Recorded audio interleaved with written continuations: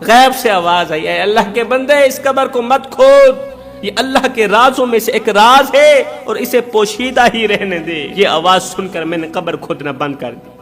پھر میں وہاں سے اٹھا اور جانے لگا، واپسی کی طرف، گھر کی طرف جانے لگا تو مجھے دردناک آواز ایک بار پھر سے سنائی دی۔ دردناک آواز نے ایک بار پھر سے مجھے رلایا، مجھے بچاؤ، مجھے بچاؤ۔ مجھے اپنے بھائی پر ترس آنے لگا کہ یہ تو میرے بھائی کی آواز ہے۔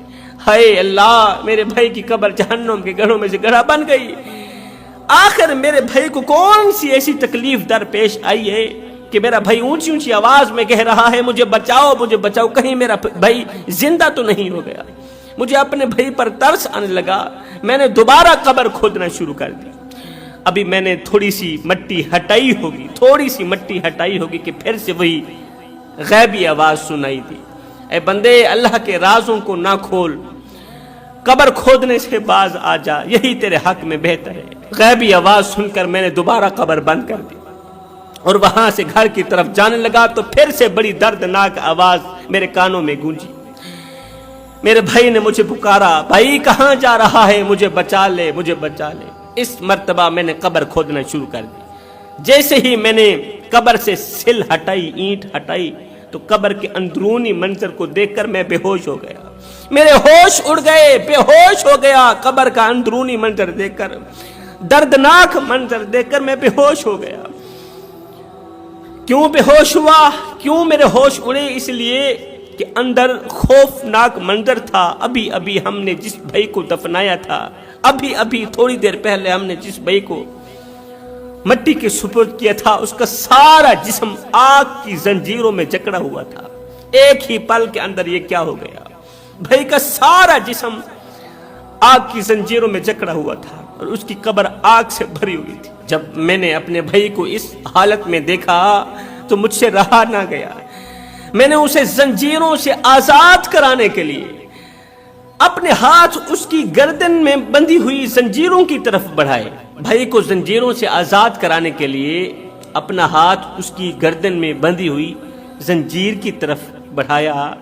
جیسے ہی زنجیر کی طرف بڑھایا، جیسے ہی میرا ہاتھ زنجیر کو لگا تو میرے ہاتھ کی انگلیاں جل گئیں۔ جیسے ہی میرا ہاتھ زنجیر کو لگا تو میرے ہاتھ کی انگلیاں جل گئیں، ہاتھ سے جدا ہو گئیں، جل کر ہاتھ سے جدا ہو گئیں۔ مجھے بہت زیادہ تکلیف محسوس ہونے لگی۔ میں نے جیسے تیسے قبر کو بند کیا۔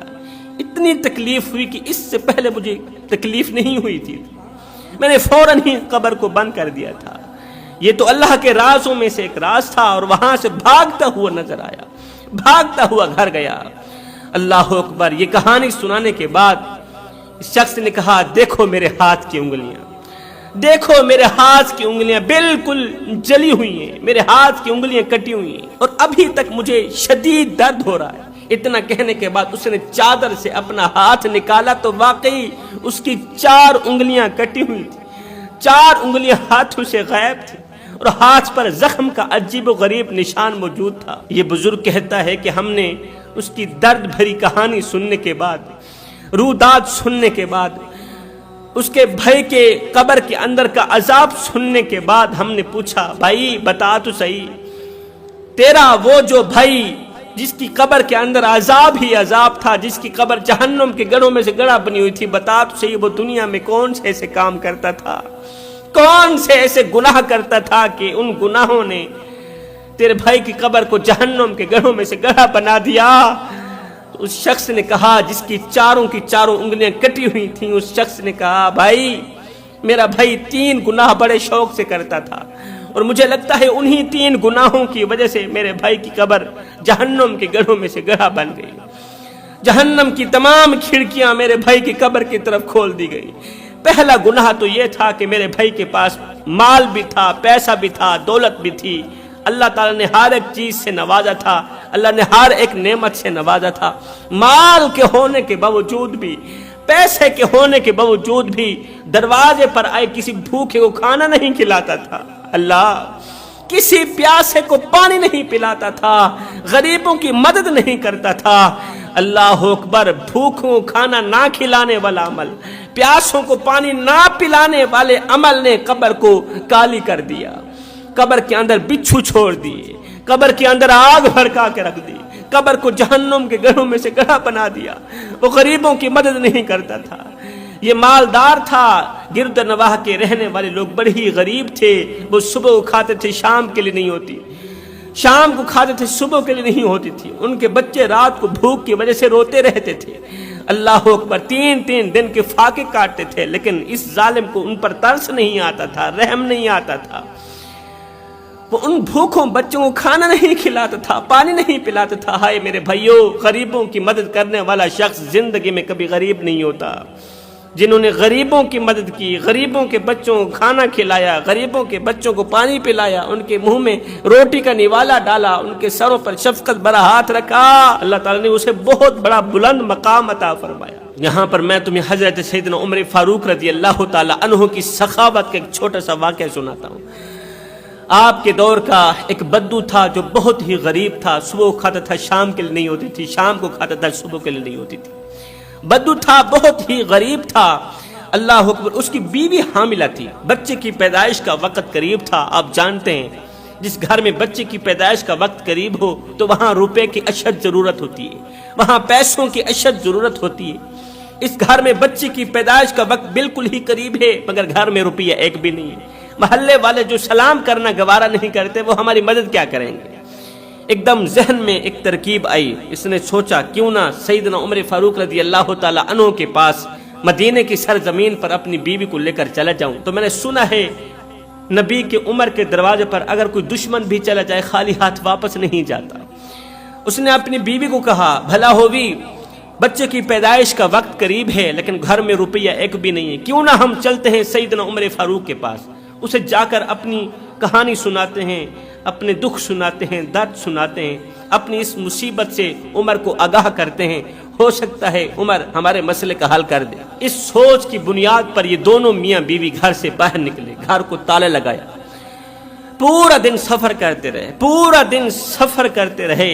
اللہ اکبر، چلتے چلتے جیسے ہی مدینے کی دہلیز پر انہوں نے قدم رکھا تو شام ہو گئی، اندھیرا چھا گیا۔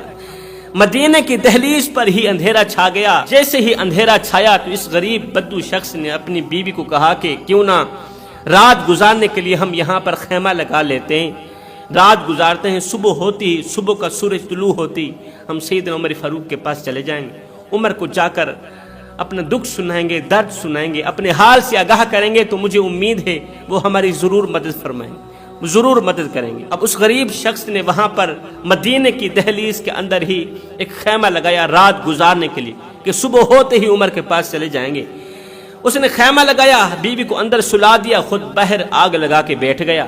اللہ اکبر، اب بیوی اندر سے رو رہی ہے، درد کی وجہ سے چیخ رہی ہے، بچے کی پیدائش کا وقت قریب ہے، اور باہر بیٹھا بدو شوہر بیوی کو تسلیاں دے رہا ہے، حوصلے دے رہا ہے کہ بھلا ہووی چپ کر، صبح ہوتے ہی، صبح کو سورج طلوع ہوتے ہی عمر کے پاس چلے جائیں گے، تھوڑا اور برداشت کر، تھوڑی تکلیف اور برداشت کر لے۔ مگر وہ مرتی کیا نہ کرتی، بچے کی پیدائش کا وقت قریب تھا۔ ادھر سے سیدنا عمر فاروق رضی اللہ تعالی عنہ کا آپ کا معمول تھا کہ آپ راتوں کی تاریکیوں میں اٹھ اٹھ کر مدینے کی گلیوں میں گشت کیا کرتے تھے، مدینے کی گلیوں میں گشت کیا کرتے تھے کہ کہیں کوئی کتا تو بھوکا نہیں سو گیا، اللہ اکبر، کہیں کوئی جانور تو پیاسا نہیں سو گیا۔ جو عمر بھوکے کتے کا اتنا خیال رکھتا ہے وہ انسان کا کتنا خیال رکھتا ہو۔ مدینے کی گلیوں میں گشت فرما ہی رہے تھے کہ آپ کی اچانک نظر اسی طرف گئی جس طرف اس بدو نے خیمہ لگایا ہوا تھا اور باہر آگ جلائی ہوئی تھی۔ آپ نے دیکھا کہ دور آگ جل رہی ہے اور ساتھ میں خیمہ لگا ہوا ہے۔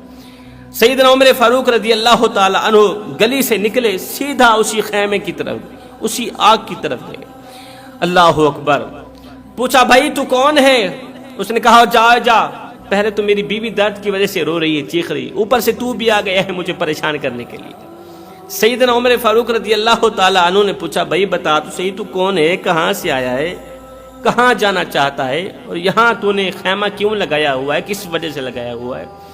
تو مسافر ہے تو کہاں سے آ رہا ہے, کہاں جانا چاہتا ہے؟ تو اس بدو نے کہا کہ میں غریب ہوں, صبح کو کھاتا ہوں شام کے لیے نہیں ہوتی, شام کو کھاتا ہوں صبح کے لیے نہیں ہوتی. امیری کا جنازہ نکل گیا ہے, غربت عروج پر آ گئی ہے, میرے گھر کو غربت کی دلدل نے اپنی لپیٹ میں لے رکھا ہے, میرا گھر غربت کی دلدل میں پھنس گیا ہے, میری بیوی حاملہ ہے اور بچے کی پیدائش کا وقت بالکل ہی قریب ہے. دراصل میں عمر فاروق کے پاس جا رہا تھا کہ وہی میرے مسئلے کا حل فرمائیں گے, لیکن شام ہو گئی, اندھیرا چھا گیا, تو رات گزارنے کے لیے میں نے یہاں خیمہ لگا لیا. کوئی بات نہیں, صبح کا سورج طلوع ہوتے ہی میں عمر کے پاس چلا جاؤں گا, اور عمر فاروق مجھے پکا یقین ہے کہ وہ میرے اس مسئلے کا ضرور حل کریں گے.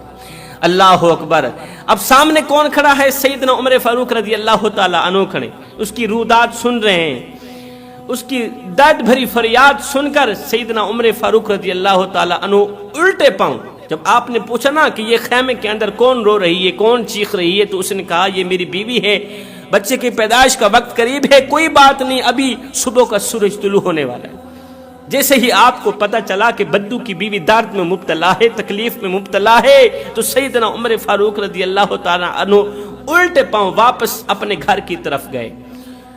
بھاگتے ہوئے دوڑتے ہوئے گھر کی دہلیز پر قدم رکھا, زوجہ محترمہ کو اٹھایا کہ اگر تمہیں نیکیاں مل رہی ہوں, رات کے دوسرے پہر اگر تجھے نیکیاں مل رہی ہوں تو لینا چاہو گی؟ اس نے کہا حضور کیوں نہیں لینا چاہو گی؟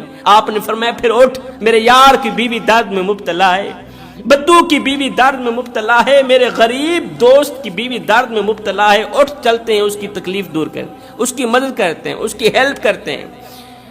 اب زوجہ محترمہ نے دائیوں والا جو سامان ہوتا ہے وہ اٹھایا, ساتھ میں کہا حضرت آپ پھر لکڑیاں اٹھائیں, سر پر رکھیں, چلتے ہیں تیرے دوست کی بیوی کی مدد کرتے ہیں. سیدنا عمر فاروق رضی اللہ تعالی عنہ نے لکڑیاں اٹھائیں, اپنے کندھے پر رکھی.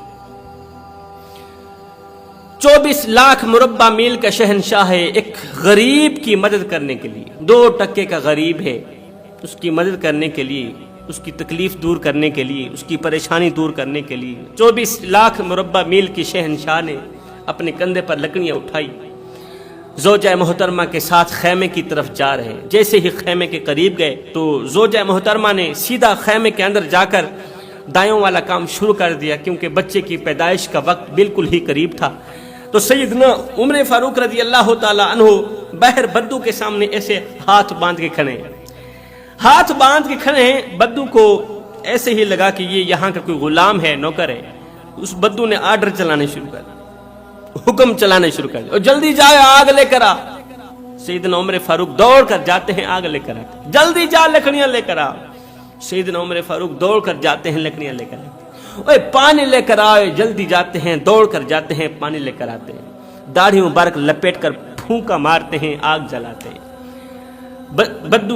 بدو کی باتیں برداشت کر رہے ہیں. بدو کہتا ہی چلا جا رہا ہے, حکم کرتا چلا جا رہا ہے, آرڈر پہ آرڈر کرتا چلا جا رہا ہے. اوے اگر تیری بیوی نے میری بیوی کو مار دیا, اگر اسے دائیوں والا کام نہ آیا, تیری بیوی نے میری بیوی اور میرے بچے کو مار دیا, تو کل عمر کی عدالت میں تیرا مقدمہ درج کروں گا, تیری شکایت پیش کروں گا, تجھے سزا دلواؤں گا. اس طرح کی باتیں کرنے لگا کہ اچانک خیمے کے اندر سے آپ کی زوجہ محترمہ نے آواز دی, یا امیر المومنین مبارک ہو, یا عمر مبارک ہو, اللہ تعالیٰ نے تیرے دوست کو بیٹا عطا کیا ہے.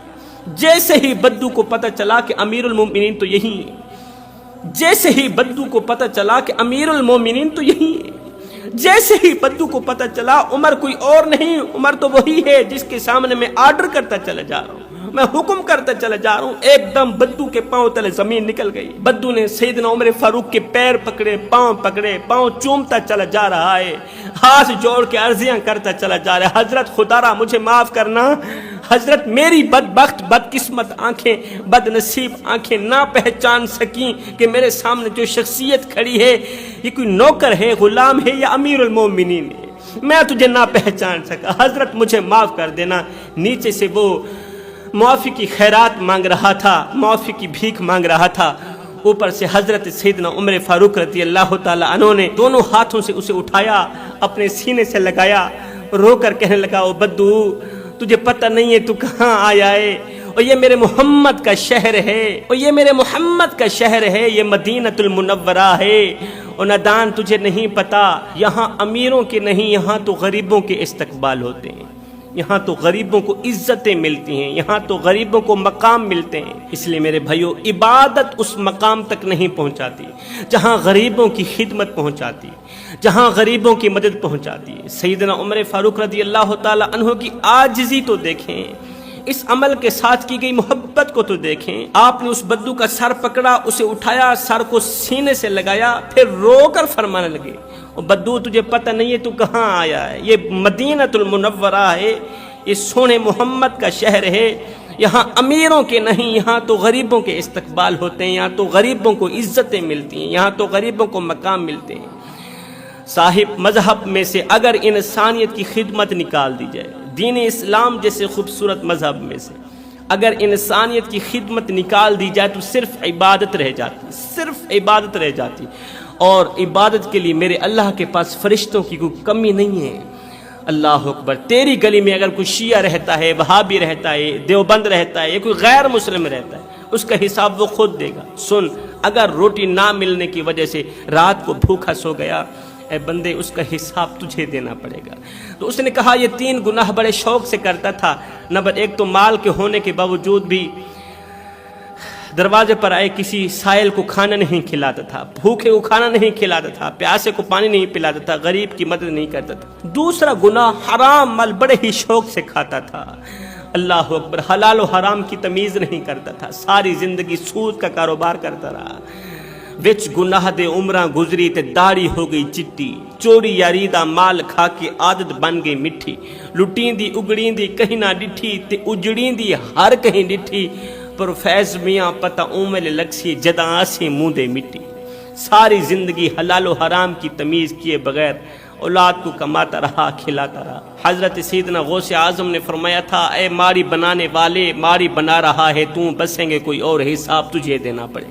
تیسرا گناہ جو بڑے شوق سے کرتا تھا، باتوں باتوں پر چغلی کرتا تھا، غیبت کرتا تھا، وہاں کی سن کر یہاں لگاتا، یہاں کی سن کر وہاں لگاتا، پھر دونوں پارٹیوں کو آپس میں لڑا کر بڑا ہی خوش ہوتا تھا، لطف اندوز ہوتا تھا۔ یہ 3 کام بڑے ہی شوق سے کرتا تھا۔ جوانوں، میں دعا کرتا ہوں اللہ ہمیں ان 3 گناہوں سے جلد توبہ کرنے کی توفیق عطا فرما۔ آمین ثم آمین، وما علینا الا البلاغ المبین۔